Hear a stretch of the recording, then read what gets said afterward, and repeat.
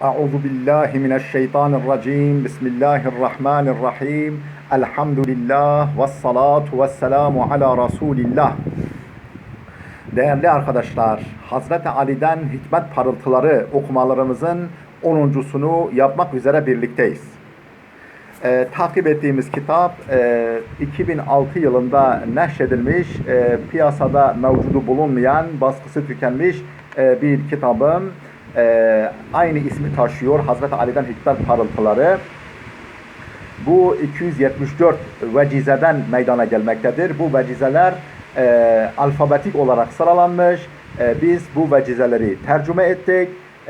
Arapçalarına yer verdik, tercüme ettik ve kısa açıklamalarını yaptık. 28. vecizede kalmıştık. Ne diyor Hazreti Ali Efendimiz? Diyor ki tefe'el bil hayri tenelhu. Tefe'el bil hayri tenelhu. Hayra yor ki hayri bulasın. Hayra yor ki hayri bulasın. Ne demek? Bunun açıklaması diyor ki, yani açıklaması şöyle, bize yani çağrıştırdığı manalar şöyle: İnsan mümkün olduğunca iyimser olmalı. Olayları hayra, gelişmeleri iyiye yormalı. Allah'tan iyilik dilemeli ve uğur beklentisi içerisinde olmalıdır. Uğur beklentisi içinde olmalıdır. İyimser bir görüşe ve uğurlu bir bakış açısına sahip olanlar genelde umduklarına erer, hayır ve uğurla karşılaşırlar. Hak şerleri hayır eyler. Zannetme ki gayr eyler. Mevla görelim neyler.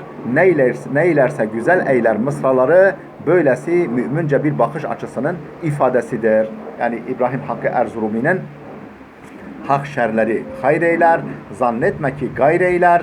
Mevla görelim neyler. Neylerse güzel eyler.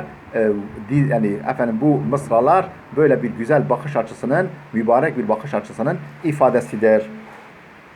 29. vecize ne diyor Hazreti Ali Efendimiz bu vecizesinde? Diyor ki tekasulul mar'i fis salati min da'fil iman.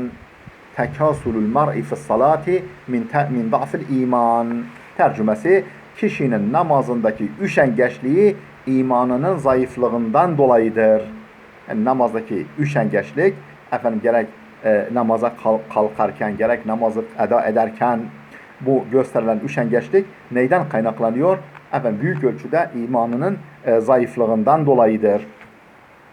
Açıklama: bir cihan padişahının bizi huzuruna davet ettiği söylense, bize dense ki mesela Kanuni gibi, Fatih Sultan Mehmet gibi büyük bir cihan padişahı bizi huzuruna davet ettiği söylense, büyük bir heyecan ve coşkuyla buna icabete can atarız. Yani bu davete icabet etmeye adeta can atarız. İşi ağırdan almak, üşengeçlik göstermek şöyle dursun, randevu gün ve saatini iple çekeriz. İşte namaz 18 bin alemin sultanı ve padişahı olan Cenab-ı Hakk'ın biz kullarıyla bir görüşmesi, yüce huzuruna ve ulu divanına kabulüdür. Ezan ise, peki ezan ne? Ezan ise bu kabulün ilanından ibarettir. Yani Allah'ın bizi huzuruna kabul etmesinin ilanından, bu randevunun ilanından ibarettir. Ezan okununca işin önem ve büyüklüğünün bilincinde olan her müminin büyük bir coşku ve heyecanla hazırlıklara başlaması ve Rabbinin huzurunda divan durması için can atması gerekir.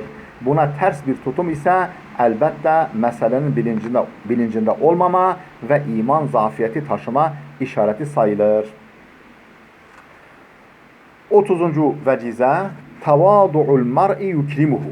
Tavadu'ul mar'i yukrimuhu. Ne demek?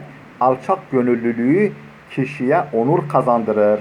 Kişinin alçak gönüllülüğü ona onur kazandırır.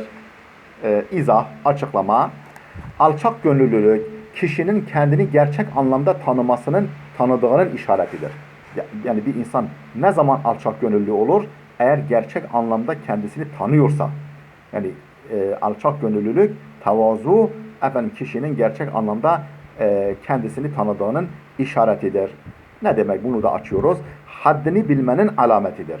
Menşeinin bir damla su, yani menşeinin bir damla su, akıbetinin ise, yani sonunda varacağı aşama ise çürüyüp mezar toprağına karışmak olduğunu, şu dünyada da Allah'ın bin bir lütuf ve inayetiyle ayakta durduğunu, zerrelerden güneşlere, bakterilerden deveye kadar sayısız varlıkların emeklerine muhtaç bulunduğunu, biz böyle bir durumdayız. Yani menşeimiz bir damla su, akıbetimiz toprağa çürüyüp toprağa karışmak, bu dünyada Allah'ın bin bir türlü nimetleriyle beslenmekle ayakta kalabiliyoruz. Bin bir türlü varlıkların hizmetine ihtiyacımız var. Bakteriden deveye kadar, zerreden güneşe kadar hepsinin hizmetine varlıkta kalmamız için ihtiyacımız var. Bunu bilen bir kimsenin alçak gönüllülükten sapması mümkün mü? Yani alçak gönüllülüğü elden bırakması mümkün mü? İnsanın bu şekilde haddini bilerek, insanlara tepeden bakmayarak, onlarla dertleşip halleşerek, kaynaşıp yardımlaşarak yaşaması insanı sevimli, saygın ve itibarlı kılar.